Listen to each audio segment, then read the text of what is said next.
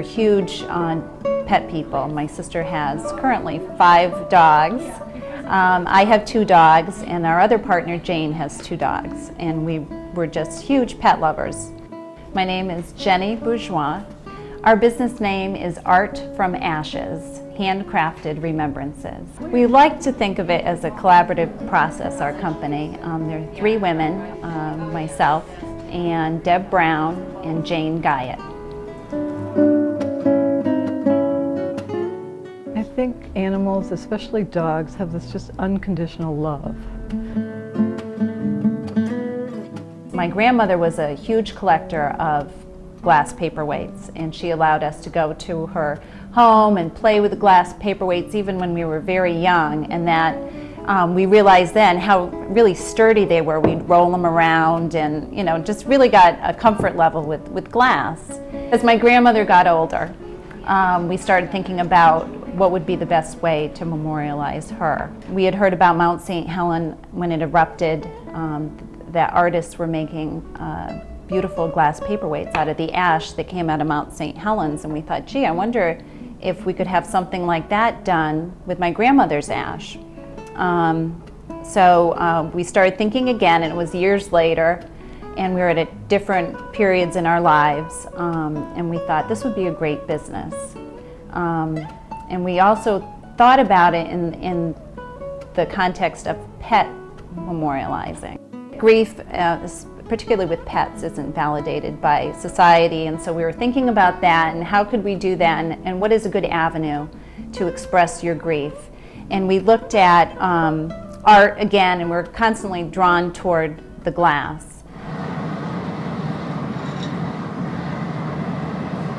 We had heard about Bob Birch, who had a studio up in Putney, Vermont, and he's been blowing glass for over 35 years.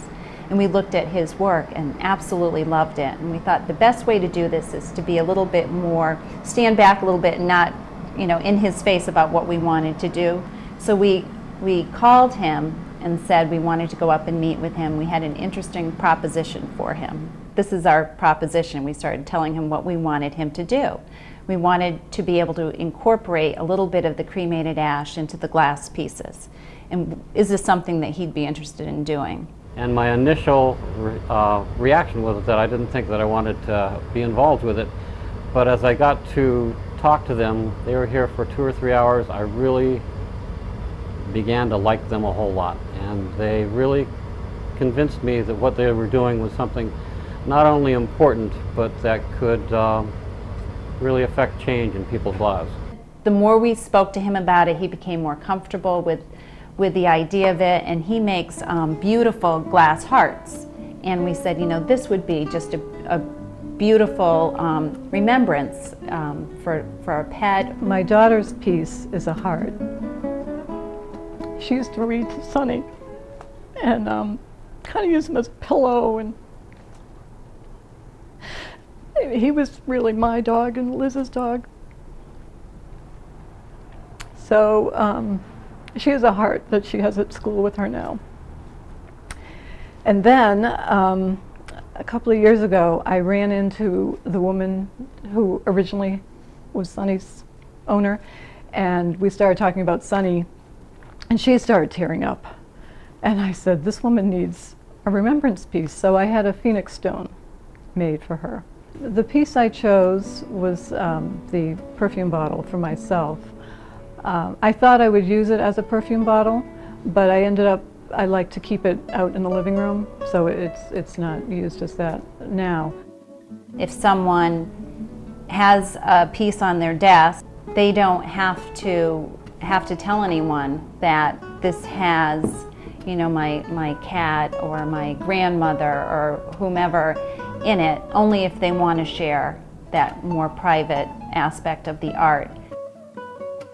I really love the fact that I've impacted people's lives in that amount and been part of that process. I consider it an honor to be invited to partake in that, and that's completely 180 degrees from where I felt when I first started. So it's really been a plus in my life. So many people will respond after they receive a piece. They'll write later and tell us what it meant to them, and we always let our artists know what that feedback is as well, because it's part of them too. They put so much into each of the pieces. They pushed my skill as a glassblower right to the edge and then over.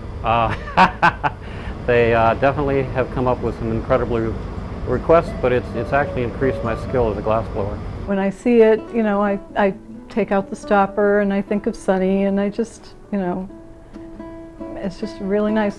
The other thing is, since Sonny was buried in our backyard, I thought if we ever move, I don't want to, you know, he should stay there because that's where he hung out.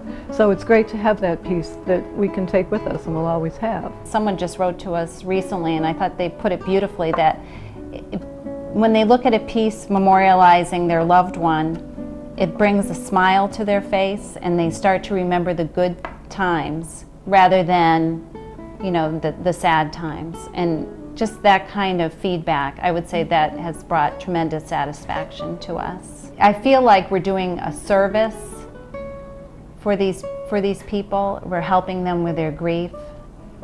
You feel good about what we do. Each day we go home, we feel really good about what we've done.